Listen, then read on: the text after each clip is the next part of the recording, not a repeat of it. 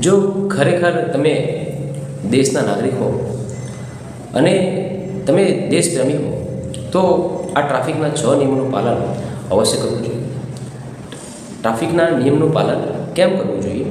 કારણ કે તમારો જીવ એ તમારા એકલાનો નથી. તમારી સાથે જોડાયેલા પરિવાર, તમારા મિત્રોની લાગણી જોડાયેલી છે. જો તમે જ્યારે આ ટ્રાફિકના 6 નિયમોનું પાલન નથી કરતા તો એનાથી તમે વધારે હોશિયાર નથી ગણાતા, પરંતુ તમે પોતાનો જીવ બહુ જ જોખમમાં મૂકવાનું માગો છો એવું લાગે છે. કારણ કે ટ્રાફિક પોલીસથી બીકે તમે જો નિયમોનું પાલન કરતા હોય તે વાત ખોટી છે. કારણ કે નિયમ એ નાગરિકને બચાવવા માટે છે. ટ્રાફિકના આ 6 નિયમોનું પાલન દરેક વ્યક્તિએ કરવું જોઈએ. કારણ કે દરેક વ્યક્તિનું જીવન એ બહુ જ અનમોલ હોય છે અને દરેક વ્યક્તિના જીવન સાથે પરિવારના દરેક વ્યક્તિની લાગણી સંકળાયેલી હોય છે. એટલે તમને જો લાગતું હોય કે આપણે હેલ્મેટ નહીં પહેરીએ અને પોલીસના ડરના લીધે હેલ્મેટ પહેરીશું, સીટ બેલ્ટ આપણે ટ્રાફિકના નિયમમાં આવતું હોવાથી પહેરીશું, કે વાહન બહુ સ્પીડે ચલાવીશું તો એમાં આપણે બહુ જ હોશિયાર ગણાશું, હેલ્મેટ નહીં પહેરે તો આપણે બહુ બહાદુર ગણાશું, આ બધી તમારી ખોટી માન્યતાઓ છે. કારણ કે તમારું જીવન તમારું એકલાનું નથી. તમારા સિવાય તમારા પરિવાર, તમારી જોડે જે લાગણીથી જોડાયેલા છે તમારા મિત્રો, દરેકનું જીવન છે. કારણ કે તમારા જીવનને જો કંઈ તકલીફ પડશે તો તમને તો તકલીફ પડશે જ, પણ તમારા સાથે સાથે તમારા પરિવાર, તમારા મિત્રોની લાગણી પણ બહુ ઠેસ પહોંચશે. એટલે ટ્રાફિકના 6 નિયમનું પાલન તમારા માટે અને તમારા પરિવાર અને તમારા મિત્ર માટે જરૂરથી કરજો. તમને સ્ક્રીન ઉપર દેખાશે કે ટ્રાફિકના કયા 6 નિયમો છે. એમાં પહેલું છે રોંગ સાઈડમાં વાહન ચલાવવું નહીં. બીજો નિયમ છે હંમેશા સીટ બેલ્ટ પહેરીને ચલાવવું જોઈએ. રોંગ સાઈડમાં વાહન ચલાવવું જોઈએ નહીં.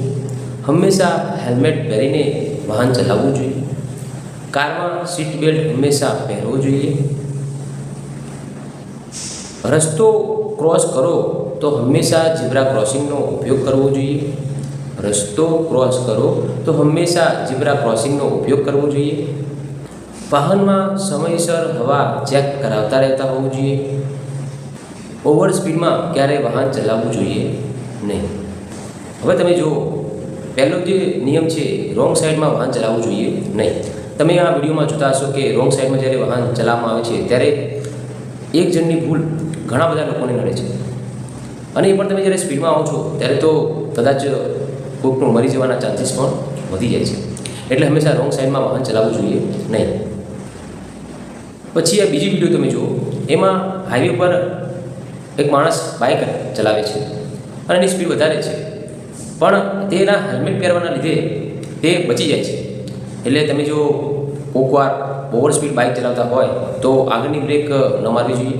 તેના લીધે તમને નુકસાન થવાના ચાન્સીસ વધી જાય છે. પછી ત્રીજો નિયમ છે કાર ચલાવતી વખતે હંમેશા સીટ બેલ્ટ પહેરવો જોઈએ. તમે આ વિડીયો ધ્યાનથી જોજો કે જે લોકોએ સીટ બેલ્ટ પહેર્યો છે એને જાનહાનિ થવાની શક્યતા બહુ જ ઓછી હોય છે, અને જે લોકોએ સીટ બેલ્ટ નથી પહેર્યો તે લોકોના મૃત્યુના ચાન્સીસ બહુ જ વધી જાય છે. કારણ કે સીટ બેલ્ટ આપણને જ્યારે કોઈ પણ એક્સિડન્ટ થાય છે, કદાચ અચાનક બ્રેક મારે છે, કોઈ પ્રાણી વચ્ચે આવી જાય છે, તો આપણે જે સીટ બેલ્ટના લીધે સીટ જોડે જોડાયેલા રહીએ છીએ, જેના લીધે જો ગાડીમાં એરબેગ હોય તો એરબેગ ખુલી જાય છે, આપણને ઈજા થવાના ચાન્સીસ બહુ ઓછા થઈ જાય છે. અને જે લોકો સીટ બેલ્ટ પહેર્યો નહીં હોય તો તે લોકોને બહુ જ ઈજા થઈ જાય છે, અને કોઈક વાર તો એવું ભયાનક એક્સિડન્ટ થાય છે કે તે લોકોનું મૃત્યુ પણ થઈ જાય છે.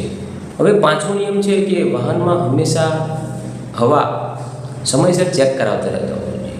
કારણ કે જો ટાયરની અંદર હવા ઓછી હોય તો કોઈક વાર ટાયર ફાટી જવાનું, ટાયરમાં પંચર પડવાનું અને તમારું બેલેન્સ બગડી જવાના કારણે હાઈવે પર એક્સિડન્ટ થવાના ચાન્સીસ વધી જાય છે.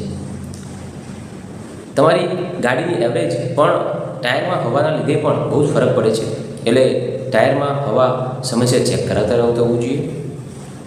અને છઠ્ઠો નિયમ જે બહુ ખાસ નિયમ છે કે ઓવર સ્પીડમાં વાહન ચલાવવું જોઈએ નહીં.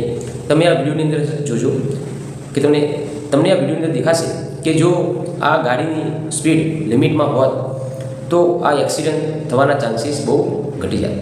એટલે સિટીની અંદર તો હંમેશા તમારે બહુ જ ઓછી સ્પીડ અને સલામતીભર્યું ડ્રાઇવિંગ કરવું જોઈએ. ટ્રાફિકના આ 6 નિયમનું પાલન ફક્ત ને ફક્ત તમારા માટે, તમારા પરિવાર માટે અને તમારા લાગણી સાથે જોડાયેલા તમારા મિત્રો માટે જ કરવાનું છે. એટલા માટે આ ટ્રાફિકના 6 નિયમનું પાલન ભારત દેશનો દરેક નાગરિક કરે એ મારી યુટ્યુબ ચેનલ જ્ઞાન KBR વતી અને મારા તરફથી એક દિલથી એક રિક્વેસ્ટ છે કે આ ટ્રાફિકના 6 નિયમનું પાલન જરૂરથી કરજો.